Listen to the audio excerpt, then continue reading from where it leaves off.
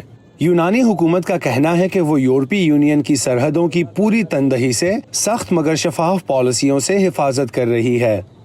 ہیدر Murdoch کے ساتھ Imran Jadoon, voice of امریکہ۔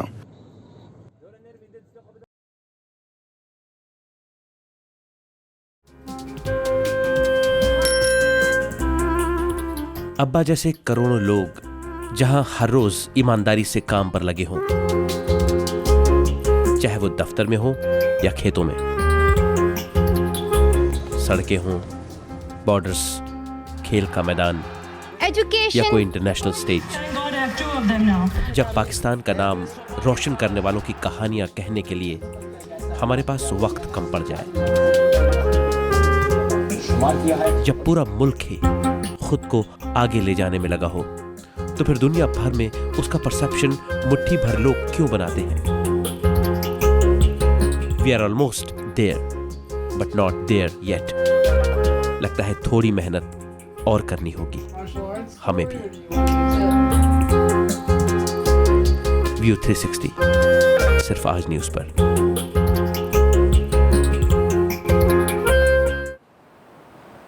شام میں جاری جنگ نے جہاں لاکھوں لوگوں کی زندگیاں تباہ کی ہیں، وہیں ان حالات کے باوجود کہیں نہ کہیں امید کی چھوٹی چھوٹی کرنیں اب بھی پھوٹ رہی ہیں۔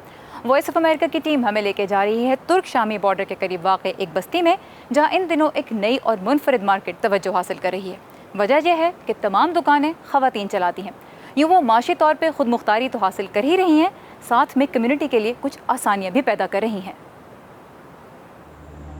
دیکھنے میں تو یہ شام کے شمال مشرقی حصے میں موجود ایک عام سا بازار ہے، مگر ایسا نہیں ہے، کیونکہ بہت سی دیگر مارکیٹس اور دکانوں کی طرح اس بازار کو مرد نہیں بلکہ عورتیں چلا رہی ہیں۔ خواتین کو معاشی امداد دینے والی ایک تنظیم کی مدد سے 14 خواتین نے حال ہی میں اس مارکیٹ کا آغاز کیا ہے۔ 2 مہینے پہلے یہ مارکیٹ کھلی تھی۔ شکر ہے ہم بہت خوش ہیں اور یہاں سامان بھی مہنگا نہیں۔ اس مارکیٹ کو قائم کرنے والے کہتے ہیں کہ وہ زیادہ سے زیادہ خواتین کو کام دینے کے ساتھ مقامی افراد کو سستے داموں اشیاء فروخت کرنا چاہتے ہیں۔ ہر چیز یہاں سستی ہے، خواتین کے لیے بہت مفید بات ہے۔ وہ آتی ہیں، کام کرتی ہیں اور بہت خوش اور مطمئن ہیں۔ ہم کاروبار کو مزید بڑھانے کا سوچ رہے ہیں۔ عمودہ شہر کے لوگوں کو خواتین کی طرف سے چلایا جانے والا یہ بازار پسند آ رہا ہے۔ میں یہاں سے سبزی پھل اس لیے خریدتا ہوں کیونکہ اس کے دام سستے ہیں۔ دوسری بات یہ کہ میں خواتین کی مدد کرنا چاہتا ہوں۔ آپ جتنی ان کی مدد کریں گے وہ اتنی ہی زیادہ کامیاب ہوں گی۔ اس بازار کی بانی خواتین کا خیال ہے کہ انہیں دیکھتے ہوئے شام کے شمال مشرقی حصے میں مزید خواتین بھی کاروبار کی طرف آگے آئیں گی۔ زانا عمر کے ساتھ سعدیہ زبران Jha, voice of America. New York City میں قائم امریکہ کا سب سے بڑا آرٹ میوزیم 6 ماہ بند رہنے کے بعد جب حال ہی میں دوبارہ کھلا تو لوگوں کی ایک لمبی قطار داخلے کی منتظر تھی۔ میوزیم کو کرونا وائرس کی وجہ سے اپنے دروازے بند کرنے پڑے تھے۔ ہر وقت پر ہجوم رہنے والا یہ شہر جہاں کئی ماہ تک موت کے سائے منڈلاتے رہے، وہاں اب اس میوزیم کا دوبارہ کھلنا بہت سے لوگوں کے لیے زندگی کی علامت بن گیا ہے۔ 6 مہینے بند رہنے کے بعد میٹروپولیٹن میوزیم آف آرٹ کے دروازے دوبارہ کھلنے میں 2 گھنٹے باقی ہیں، لیکن پینٹر اسٹیفن گلزنسکی پہلے ہی یہاں موجود ہیں، کیونکہ اس عمارت کے دوبارہ کھلنے پر سب سے پہلے اندر جانا اس آرٹسٹ کا خواب ہے۔ سب سے پہلے میں جون آف آرک کو دیکھنے جاؤں گا۔ سینٹ جون آف آرک یہاں موجود میری پسندیدہ پینٹنگز میں سے ہے۔ میرے بیگ میں میری اسکیچ بک بھی ہے۔ اس عجائب گھر کو ہر سال 60 لاکھ لوگ دیکھنے آتے ہیں۔ عالمی وبا کے امریکہ پہنچنے سے پہلے یہاں آنے والوں میں 40% سیاح ہوا کرتے تھے، مگر اس وقت یہاں داخل ہونے والے زیادہ تر لوگ نیو یارک کے ہی رہائشی ہیں۔ وبا کے دوران میں میٹ میوزیم کی عمارت کے باہر سے اس کے مجسموں کے ہال میں جھانکا کرتی تھی کیونکہ میں اسے بہت زیادہ مس کرتی تھی. یہ میری سب سے پسندیدہ جگہ ہے. کوئی ثقافتی سرگرمی نہیں ہو رہی تھی. فلمز بھی گھر پر ہی دیکھی جا رہی تھی. میں بہت خوش ہوں کہ کچھ ایسا کر سکتی ہوں جو مختلف ہوگا اور امید ہے نارمل بھی ہوگا.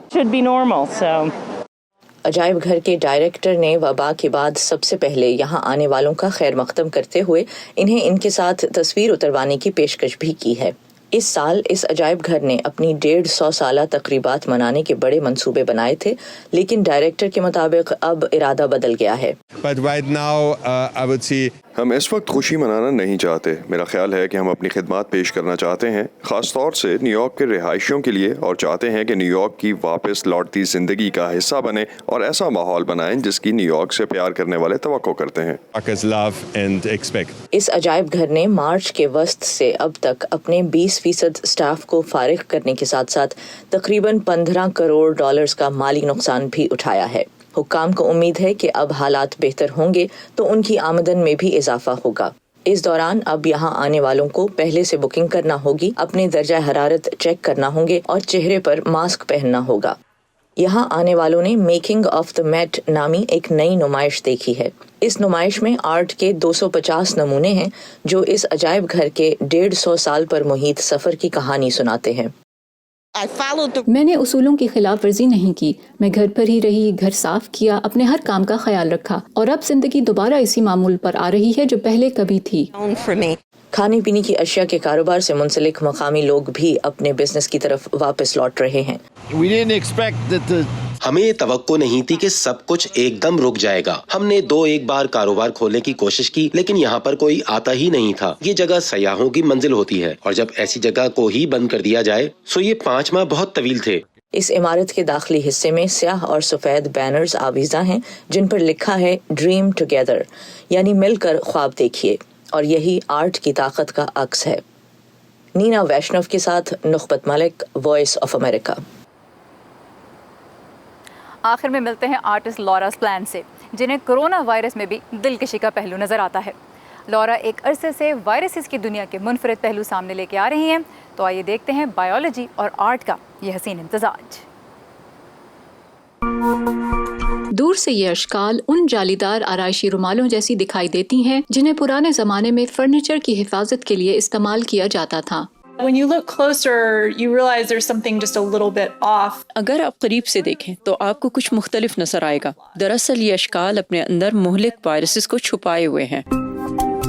جب سے کرونا وائرس پھیلا ہے، اس نے اکثر افراد کو انسانی حص سے آگے کی دنیا یعنی جرثوموں کی دنیا دریافت کرنے پر مجبور کیا ہے. امریکی آرٹسٹ لورا سپلین اپنے تخلیقی کام میں اس دنیا کا اکثر دورہ کرتی ہیں. There is extreme beauty in the form. In viruses کی ساخت میں بے انتہا خوبصورتی ہے، لیکن کووڈ-19 کی وجہ سے بہت خوف بھی محسوس کیا جا رہا ہے. لورا نے آرٹسٹ بننے سے پہلے بایولوجی پڑھی، یوں وہ سائنس، ٹیکنالوجی اور ثقافت سے آگاہ ہیں. 2011 میں CDC میوزیم میں ہاتھ دھونے کے صحیح طریقے پر ان کے کام کی نمائش میں انسانوں اور جراثیموں کے درمیان پیچیدہ تعلق پر روشنی ڈالی گئی. جراثیم نہ صرف ہمارے ارد گرد موجود ہیں بلکہ ہمارے جسم کا حصہ بھی ہیں. میں ناظرین کو انسان اور جرثوموں کے اس منفرد تعلق سے آگاہ کرنا چاہتی ہوں. ریاست پینسلوینیا کی ایک بایو ٹیک کمپنی سے آرٹسٹ کے طور پر منسلک لورا اس لیب کی کووڈ-19 کی اینٹی باڈیز پر تحقیق کے کام سمیت وائرسز کے ماڈل بنانے والے سافٹ ویئر کا جائزہ بھی لیتی ہیں. وہ پر امید ہیں کہ ان کی اینیمیشنز کچھ دیر کے لیے ہی صحیح لیکن کرونا وائرس سے خوفزدہ افراد کی توجہ ہٹانے میں مددگار ثابت ہوں گی. میٹ ڈبل کے ساتھ فائزہ بخاری، وائس آف امریکہ. اسی کے ساتھ ختم ہوتا ہے آج کا ویو 360. پروگرام میں شامل رپورٹ دوبارہ دیکھنے اور ان کے بارے میں اپنی رائے ہم تک پہنچانے کے لیے آئیے facebook.com/VO اردو کے پیج پہ. اس کے علاوہ ٹویٹر اور انسٹاگرام پہ بھی ہم آپ کے لیے حاضر ہیں. سارا زمان کو اجازت دیجیے. خدا حافظ.